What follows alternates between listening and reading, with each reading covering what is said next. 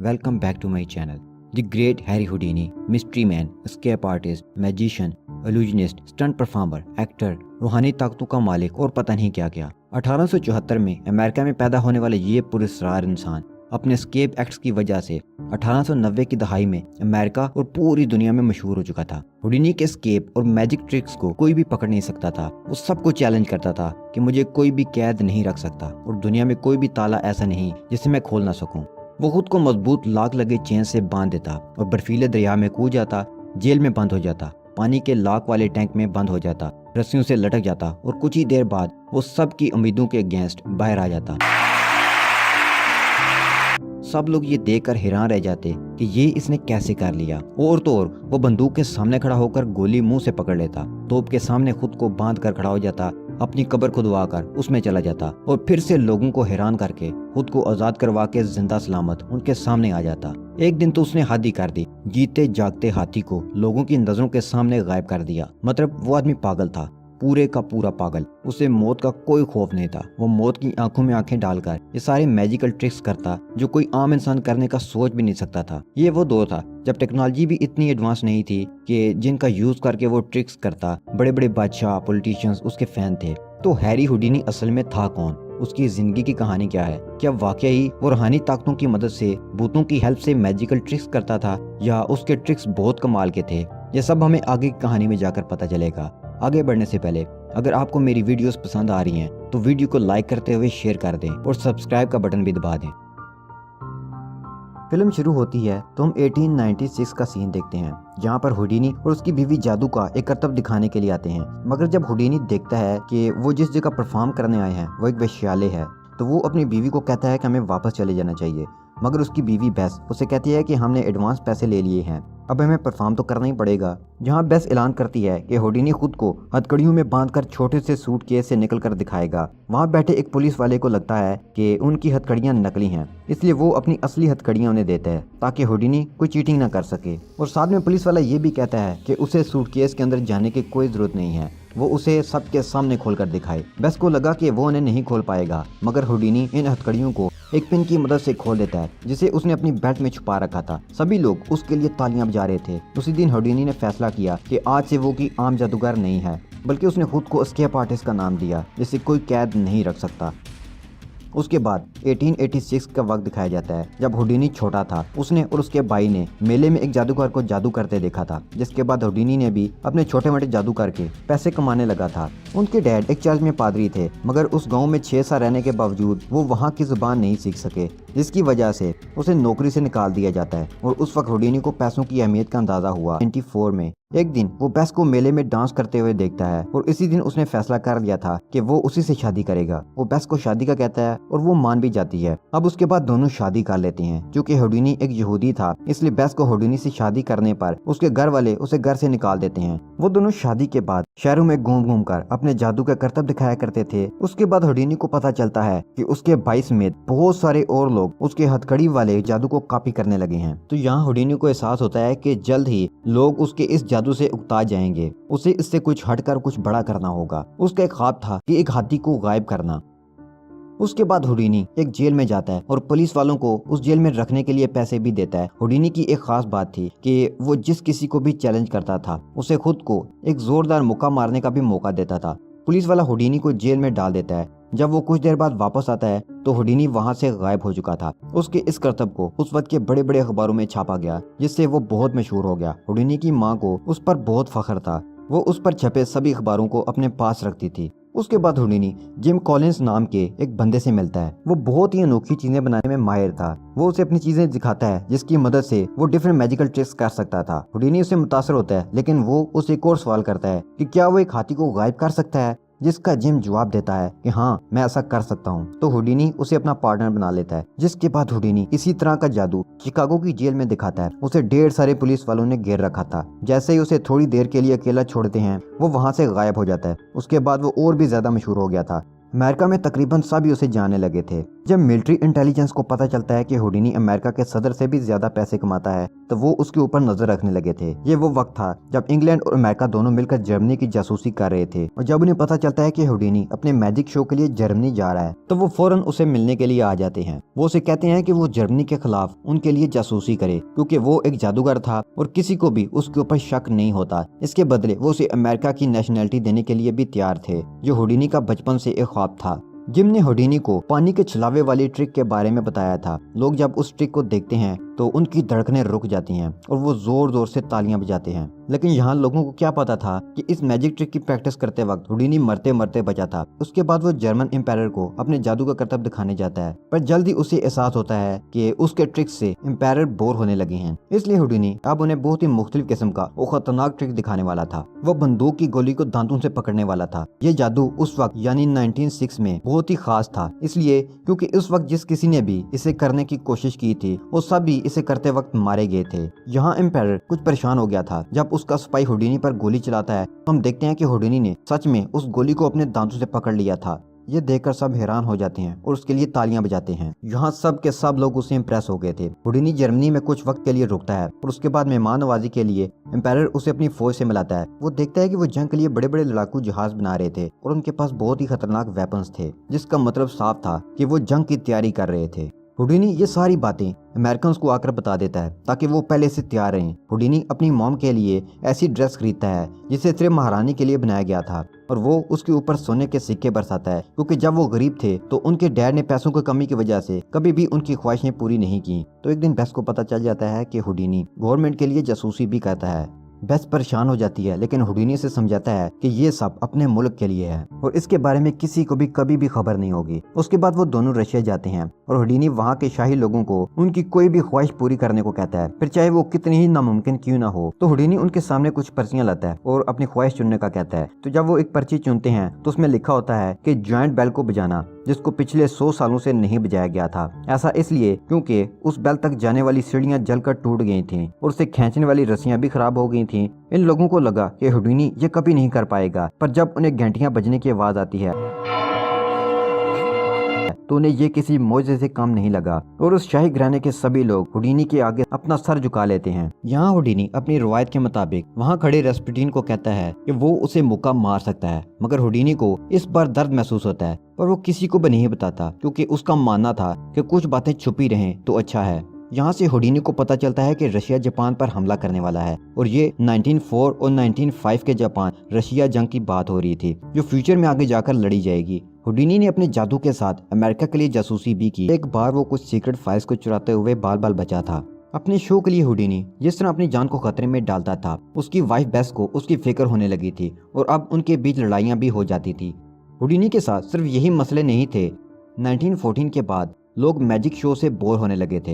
एक वक्त था कि हुडीनी के शो को देखने के लिए हजारों लोग इकट्ठे हो जाया करते थे। अब उसके लिए 100 से भी कम लोग थिएटर में मौजूद थे। असल में हुआ ये कि 1914 में चार्ली चैपलिन मिडिल क्लास लोगों में बहुत मशहूर हो रहा था, क्योंकि चार्ली की फिल्में देखने के लिए लोगों को थिएटर जितनी महंगी टिकट्स खरीदनी नहीं पड़ती थी। इस दौर में फिल्में बनना शुरू हुई तो लोग फिल्में देखने को ज्यादा प्रेफर करने लगे। तो उसे लोगों ने मशवरा दिया कि अगर तुम्हें इन हालात में सरवाइव करना है तो तुम्हें अपने शो छोटे थिएटर में करने पड़ेंगे। मगर हुडीनी ने तो कभी छोटा सोचा ही नहीं था, तो उसने सोचा कि अगर लोग थिएटर में नहीं आ रहे तो कोई बात नहीं है, क्यों ना वो बाहर जाकर अपने शो करे। तो अब हुडीनी लोगों की अटेंशन वापस अपनी तरफ करने के लिए एक नया करतब करता है। ये बहुत ही खतरनाक होने वाला था। वो अपने आप को लोहे की बेड़ियों से बांधकर लाग लगा लेता है और जमी हुई झील के अंदर कूद जाता है। वो पानी के अंदर गिरने के बाद उस जगह से बहुत दूर आगे आ गया था जहाँ से उन्होंने बर्फ को तोड़ा था। अब इस ठंडे पानी में उसने अपनी बेड़ियां भी खोलनी थी, लाग भी खोलने थे और अपनी सांस को बरकरार भी रखना था। जरा सी गलती से उसकी जान भी जा सकती थी, लेकिन वो तो हुडीनी था। वो लाग भी खोलता है और पानी के अंदर सरवाइव भी करता है और वापस तैरता हुआ उस होल वाली जगह पर आ जाता है और वहाँ से बाहर आ जाता है। हुडीनी किस तरह मौत के मुंह से वापस आ गया था, ये देखकर लोग पागल हो जाते हैं और लोगों की टेंशन फिर से हुडीनी की तरफ आ जाती है। यानी हुडीनी अपने प्लान में कामयाब हो चुका था। अब हुडीनी इस अटेंशन को अपनी तरफ बरकरार रखने के लिए नए नए ट्रिक्स सोचने लगता है। अब हुडीनी ने एक स्ट्रेट जैकेट से बाहर निकलने की ट्रिक भी ढूंढ ली थी। उस जैकेट से कोई भी बाहर नहीं निकल सकता था। वो बहुत स्ट्रांग थी। इंसान के बाजू उसके अंदर फंस जाते हैं और जैकेट को बंद कर दिया जाता है, जिसको तोड़कर निकलना बिल्कुल नामुमकिन था। लेकिन ये तो हुडीनी था, वो कोई ना कोई रास्ता निकाल लेता है। इस जैकेट से बाहर निकलने के लिए अपने हाथ की हड्डियों को डिसलोकेट करना होता है, जिसमें उसे बहुत दर्द महसूस होता है, मगर उसने कभी अपने दर्द को किसी के सामने नहीं आने दिया। बेस हुडीनी को इस तरह हर दिन अपने आप को खतरे में डालता देखकर नाराज हो जाती है और उससे बात करना बंद कर देती है। वो उसे ये भी कहती है कि हम अपनी लाइफ नहीं जी रहे, तुम सिर्फ शो के लिए अपनी जिंदगी जी रहे हो। हुडीनी उस पर गुस्सा करता है क्योंकि यही तो उसका काम है। वो एक एस्केप आर्टिस्ट था, ना कि कोई सर्कस का जोकर, मगर फिर भी वो बेस से वादा करता है कि वो अब से इस तरह के शोज नहीं करेगा। अगरचे हुडीनी ने खतरनाक करतब करने बंद कर दिए थे, फिर भी उसने जो कुछ भी किया हमेशा बड़ा ही किया। एक दिन उसने बहुत से लोगों के सामने स्टेज में खड़ा होकर हाथी को गायब कर दिया, जिसके बारे में उस वक्त बड़े बड़े अखबारों में खबर लगी, क्योंकि वो हाथी दोबारा कभी नहीं मिला। उसके शोज बड़े बड़े लोग देखने आते थे और उन्हीं में से एक था आर्थर डॉयल, शेरलॉक होम्स का राइटर, जो आगे चलकर बहुत मशहूर हुई। उसका मानना था कि हुडीनी सिर्फ एक एस्केप आर्टिस्ट नहीं है, वो जो करता है वो किसी मोजे से कम नहीं।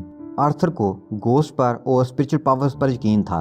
हुडीनी को ये सब सुनकर थोड़ा अजीब लग रहा था, क्योंकि उसने शेरलॉक होम्स जैसी लॉजिकल बुक लिखी थी और अब वो उसके सामने बिना सर पैर के बातें कर रहा था। वो आर्थर को समझाता है कि वो जो कर रहा है वो महज एक ट्रिक है, उसमें कोई भी जादू नहीं है और ना ही मेरे पास कुछ स्पिरिचुअल पावर्स हैं।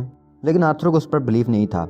उसे और उसकी बीवी को यही लगता था कि हुडीनी के पास कुछ मिस्टीरियस पावर्स हैं और वो रूह से बात भी कर सकता है। उसके बाद हम देखते हैं कि हुडीनी की मॉम की मौत हो चुकी है। ये खबर सुनकर उसे बहुत दुख होता है, क्योंकि एक वही थी जिन्हें उस पर यकीन था। हुडीनी के भाइयों ने कहता है कि मरने से पहले वो किसी बात के लिए माफी मांग रही थी, मगर वो किस बात के लिए माफी मांग रही थी ये बताने से पहले उनकी मौत हो चुकी थी। जो मुझसे कहता है कि वो तो रूह से बात कर सकता है, तो उसे एक बार अपनी मॉम से भी बात कर लेनी चाहिए।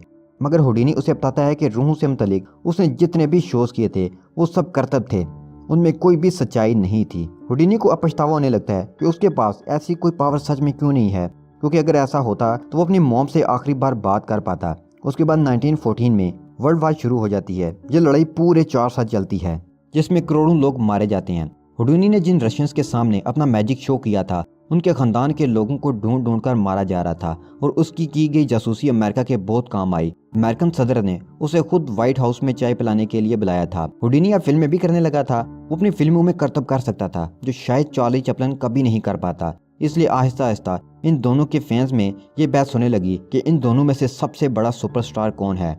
इतना कामयाब होने के बाद भी हुडीनी अपनी मॉम को ही याद किया करता था। एक दिन वो कुछ ऐसे लोगों के पास जाता है जिनका दावा था कि वो उसकी मरी हुई मॉम से उसकी बात करवा सकते हैं, मगर फिर उसे पता चलता है कि ये महज एक छलावा था, वो लोग झूठ बोल रहे थे। वो उनके ट्रिक को पकड़ लेता है। हुडीनी खुद मैजिकल ट्रिक्स करता था, भला उसे कौन पागल बना सकता था।